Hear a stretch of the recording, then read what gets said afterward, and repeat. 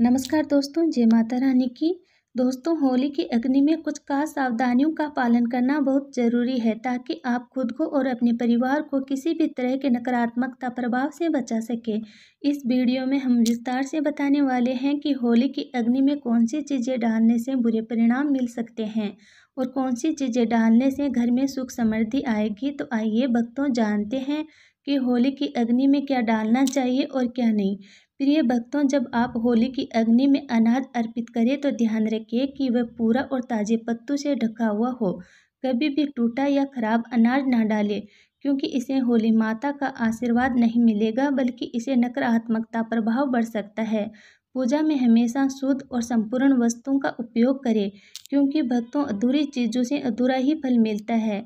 होली की अग्नि में गन्ना डालना भी बहुत शुभ माना जाता है, लेकिन ध्यान रखें कि गन्ने की संख्या 2, 5, 7, 11 या 21 होनी चाहिए, 3 नहीं। ये संख्या पूजा को विशेष रूप से प्रभावी बनाती है। पानी वाला नारियल कभी भी ना डालें, ऐसा करने से पाप का सामना करना पड़ सकता है। हमेशा सूखा नारियल अर्पित करें और इस नारियल को पूरे परिवार से स्पर्श करवाकर अग्नि में अर्पित करें। प्रिय भक्तों, इसे होली माता का आशीर्वाद प्राप्त होता है और घर में कष्ट दूर होते हैं। जो पकवान आपने घर में बनाए हैं उन्हें होली माता को अर्पित करना बहुत शुभ होता है। खासकर गुजिया अर्पित करते समय ध्यान रखें कि उनकी संख्या 3 नहीं होनी चाहिए। आप 2, 5, 11 या 21 गुजिया अर्पित कर सकते हैं, लेकिन 3 कभी ना डालें। होली की अग्नि में गाय के गोबर से बने उबले हरा चना, गेहूं की ताज़ी बालियां या नए फसल अर्पित करना शुभ होता है। भक्तों, इसे घर में अन्न की कभी कमी नहीं होती। बालियां अर्पित करते समय ध्यान रखिए कि वे ताजगी से भरी और हरी भरी हो, सूखी या टूटी हुई नहीं होनी चाहिए। सूखी बालियां चढ़ाने से बुरे परिणाम हो सकते हैं, इसलिए होली की अग्नि में शुद्ध और पूर्ण चीज़ें अर्पित करें। ऐसा करने से होली माता का आशीर्वाद आपके जीवन में खुशहाली, समृद्धि और शांति लाएगा। इस होली पर पूजा विधि को सही तरीके से पालन करके आप अपने घर में सुख समृद्धि का वास सुनिश्चित कर सकते हैं। शास्त्रों में बताया गया है कि अगर किसी महिला का मासिक धर्म चल रहा हो तो होलिका दहन की पूजा किसी अन्य व्यक्ति से करवाई जा सकती है। प्रिय भक्तों, पूजा वही विधि से करनी चाहिए जैसी आप सामान्यता से करते हैं, लेकिन इस समय आपको होलिका दहन के पास नहीं जाना चाहिए। आप दूर से ही पूजा और दर्शन करें, इसे पूजा का फल प्राप्त होगा। होलिका दहन में चावल के बने पापड़ और कच्चे चावल अर्पित करना शुभ माना जाता है। इसे घर में धन की प्राप्ति होती है और गरीबी दूर होती है। भक्तों, जो पापड़ आपने घर पर बनाए हैं उन्हें होलिका दहन की अग्नि में अर्पित करें। इसे आपके घर में कभी भी धन की कमी नहीं होगी। साथ ही प्रिय भक्तों, होलिका दहन से पहले गुजिया को होली की अग्नि में अर्पित करना आवश्यक है। पहले माता को भोग अर्पित करें, फिर उनका सेवन करें। इस दिन सभी लोग एक दूसरे को गुजिया खिलाएं, इससे आपसी संबंध मजबूत होते हैं। गुजिया को पूजा से पहले जूठा ना करें और पूजा के बाद ही उसे खाएं। एक महत्वपूर्ण बात यह भी है कि होली के दिन सफ़ेद चीज़ें किसी से ना लें। सफ़ेद वस्त्र या चीज़ें बुरा प्रभाव डाल सकती है, क्योंकि भक्तों, होली के दिन टोने टोटके अधिक प्रभावी माने जाते हैं। इस दिन सफ़ेद चीज़ों से बचें। इस तरह से होली और होलिका दहन की पूजा करने से घर में सुख समृद्धि और सकारात्मकता ऊर्जा का वास होता है। अब बात करते हैं कि होली के दिन कौन सी चीज़ें दान नहीं करनी चाहिए।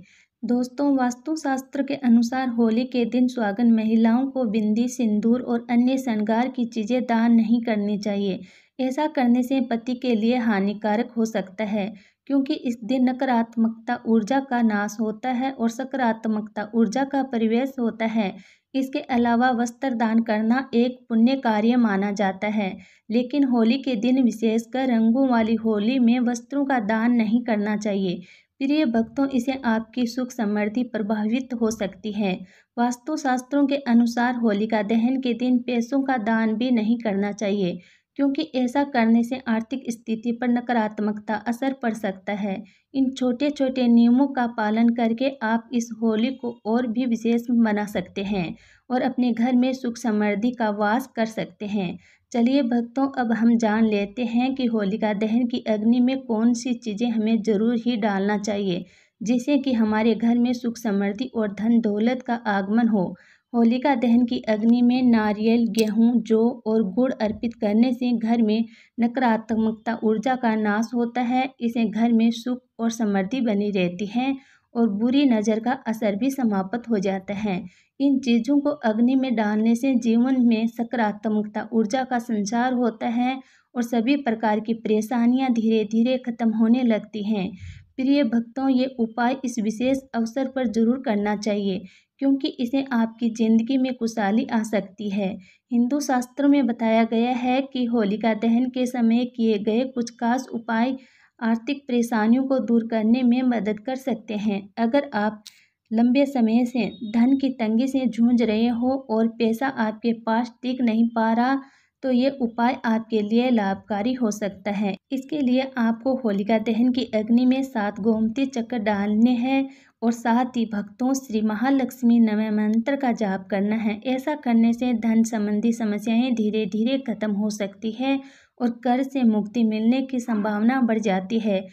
इस वर्ष का होलिका दहन बहुत ही चमत्कारी माना जा रहा है। इस तरह के विशेष अवसर बार बार नहीं आते, इसलिए इस बार के होलिका दहन में इन उपायों को करने से, क्योंकि प्रिय भक्तों, ये छोटे छोटे उपाय आपके जीवन में बड़े बड़े सकारात्मकता बदलाव ला सकते हैं। इस वीडियो में हमने आपको विस्तार से बताया है कि होलिका दहन के दिन कौन से उपाय करने से आप अपनी परेशानियों को दूर कर सकते हैं और धन समृद्धि पा सकते हैं।